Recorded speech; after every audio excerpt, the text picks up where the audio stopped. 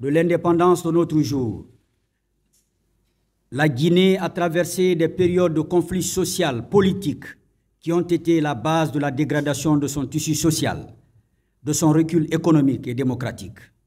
Les causes de ces conflits sociaux résident pour l'essentiel dans les divergences liées aux raisons politiques, sociales, économiques entretenues par l'absence cruelle des échanges francs et citoyens. Chers compatriotes, c'est à la lumière de tout cet état de fait que nous, Initiative Citoyenne pour le dialogue, à vocation citoyenne, résolue à œuvrer dans le sens de la préservation et de la consolidation du tissu social pour une paix durable, avons pris notre bâton de pèlerin depuis le mois de mai 2024 pour promouvoir la paix à travers les échanges francs et fructueux que nous préconisons entre les Guinéens en général, les acteurs sociopolitiques et administratifs en particulier. Nous saluons tout de même la volonté du CNRD qui, depuis son avènement au pouvoir, ne ménage aucun effort à établir un cadre de concertation par des assises nationales orientées vers des solutions de paix durable par le biais du dialogue dirigé par des facilitateurs que nous saluons, des facilitatrices, j'allais dire, que nous saluons de passage. C'est pourquoi l'Initiative Citoyenne pour le dialogue, par ma voix, lance un appel solennel aux membres du CNRD, au gouvernement, au Conseil national de la transition, CNT, aux organisations de la société civile, aux partis politiques, aux religieux, aux coordinations régionales, aux ambassadeurs de la paix, de promouvoir le dialogue pour une paix durable entre les filles et les fils de la Guinée et de discuter de façon patriotique des problèmes qui pourraient affecter notre vivre ensemble dans le présent et dans l'avenir. Échanger sans tabou sur des divergences possibles et trouver des solutions consensuelles de nature à maintenir la paix dans le pays et assurer un futur meilleur pour notre jeune nation. Les acteurs sociopolitiques devraient cerner que nous sommes à un niveau d'évolution sociopolitique où le dialogue inclusif et franc nous permettra d'éviter la violence dans tout son cortège. Mes chers compatriotes, nous demandons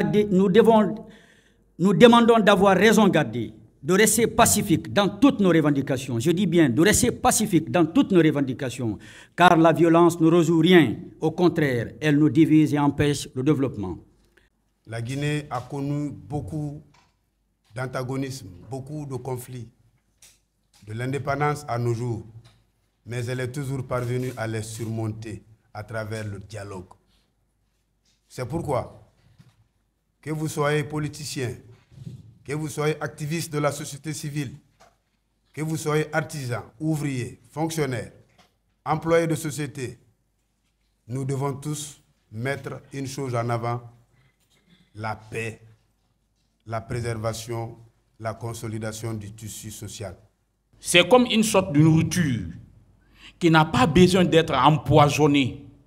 Et cet empoisonnement, c'est des troubles, c'est des conflits, c'est des désaccords entre nous les Guinéens. Nous avons tous besoin de consommer cette nourriture dans la cohésion, dans la communauté, dans la solidarité. Et la meilleure façon de consommer, c'est la paix et la cohésion, le dialogue. Seul le dialogue peut résoudre un problème. Sinon, ça devient de la haine entre nous. Cela se ressent un peu partout. Même si nous sommes ce que nous sommes aujourd'hui, ça se terminera par le dialogue. Nous avons vécu les faits. Nous avons vu la presse d'ailleurs, le quatrième pouvoir de cette Guinée. Nous vous rendons hommage à travers des sacrifices que vous avez consentis dans les différents événements que nous avons vécus. Des journalistes qui sont morts, des trucs qu'on sort. C'est parce que tout ça là, c'est dans le cadre de la paix.